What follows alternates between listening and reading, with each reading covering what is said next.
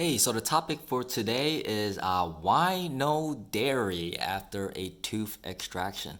Apparently that advice has been floating around the internet, so we should probably clear up where that came from and whether or not you should have dairy after getting your tooth removed. So for some history, apparently the practice of avoiding dairy after having an oral surgery procedure, just such as having your tooth taken out, your wisdom tooth taken out, is common practice among the German-speaking populations.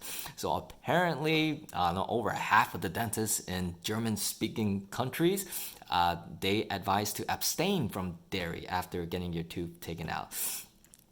But that doesn't really seem to be as common here in the U.S. We don't really give out that recommendation.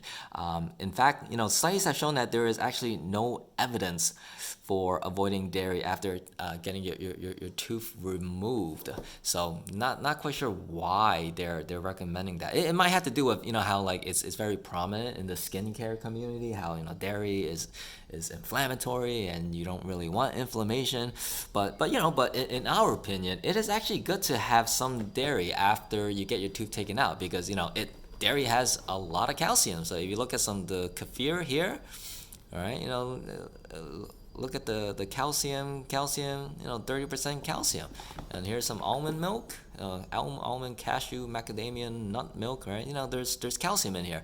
And you do want to have calcium after you have your tooth taken out because when the tooth is taken out, there is literally a hole in the jaw bone, and you need that hole to fill back in with bone.